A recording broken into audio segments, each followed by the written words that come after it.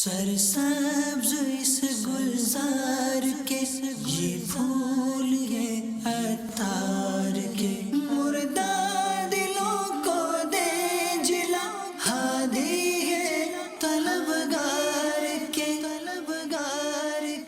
الحمدللہ رب العالمین والصلاة والسلام علی خاتم النبیین اما بعد فاعوذ باللہ من الشیطان الرجیم بسم اللہ الرحمن الرحیم الصلاة والسلام علیک یا رسول اللہ وعلی آلک واصحابک یا حبیب اللہ الصلاة والسلام علیک یا نبی اللہ وعلی آلک واصحابک یا نور اللہ. السلام علیکم. وعلیکم السلام. میرا نام شاہ فیصل میمن ہے، کپڑے کا کام کرتا ہوں میں طارق روڈ پہ. آج الحمدللہ میری خواہش پوری ہو گئی آپ سے ڈائریکٹ بات کرنے کی، اللہ کا شکر ہے الحمدللہ. اچھا باپا، میرے دو سوال تھے. ایک تو یہ جو ہمارے چکن کا کاروبار کرتے ہیں مرغی والے حضرات، تو میں نے کافی دفعہ دیکھا ہے کہ انہوں نے لڑکے رکھے ہوتے ہیں، شروع سے پہلے ہی وہ کاٹ کے رکھ لیتے ہیں مرغی کو ذبح کر کے. پھر ایک دو سے میں نے پوچھا تو وہ اللہ اکبر کو اللہ اکبر پڑھتے ہیں. اچھا بات کرتے ہیں تو ان کو برا بھی محسوس ہوتا ہے کہ یار آپ ہی مسلمان ہیں کہ ہم مسلمان نہیں ہیں، بچپن سے پڑھتے ہوئے آ رہے ہیں. تو کیا اس میں فرق پڑتا ہے حرام حلال کا، اگر الفاظ میں فرق پڑ جائے؟ واو پڑھتے ہیں. جی کیونکہ زیادہ تر لوگ ہمارے چکن استعمال کرتے ہیں عوام، جی ہاں جی. اور کٹی ہوئی پہلے سے بھی پڑی ہوتی ہے، بعد میں بھی کٹواتے ہیں تو وہ الفاظ صحیح استعمال نہیں ہوتے. بہت سے لوگوں کو میں نے یہ نوٹ کیا ہے. اچھا کہنے کے لیے ہم عام لوگ جاتے ہیں تو برا لگتا ہے.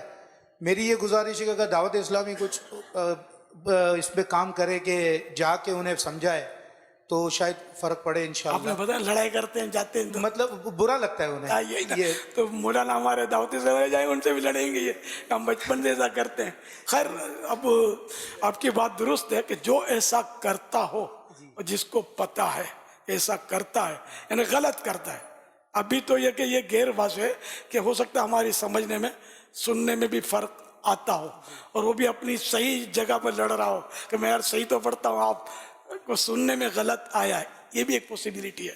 تو اگر کوئی غلط کر رہا اور یہ ہمارا زن غالب ہے کہ اس کو سمجھائیں گے کہ تو مان جائے گا، پھر تو اگر برائی وہ کر رہا ہے تو اس کو سمجھانا واجب ہو جائے گا. تو اب اس میں تو وہ کیٹرنگ والے جمع ہوئے تھے، اس سے خطرناک بات بتائی تھی. دعوتیں تو آپ کھاتے ہی سب ہے نا، فرائی چکن اور کیا نہیں کھاتے. وہ بتا رہے تھے کیٹرنگ والے کہ وہ مرغیاں لینے جاتے ہیں، ان کو آرڈر دیتے کہ ہم دیکھتے بھی ہیں منہ میں پان یا گٹکا دبایا ہوا ہے، یوں کر رہے تھے. تو ہم اس کو بسم اللہ بولتے بھی ہیں کہ بسم اللہ پڑھو، لیکن یوں کر رہے ہوتے. تو اب یہ کہ اس طرح کے اکے دکے واقعات سے ہم یعنی کہ ساری مرغیوں کو حرام تو نہیں کہہ سکتے نا، کہ یہ ساری مرغیاں حرام ہیں. کرتے ہیں باہر ملکوں میں تو اس سے بھی زیادہ تماشے بنے ہوئے ہیں.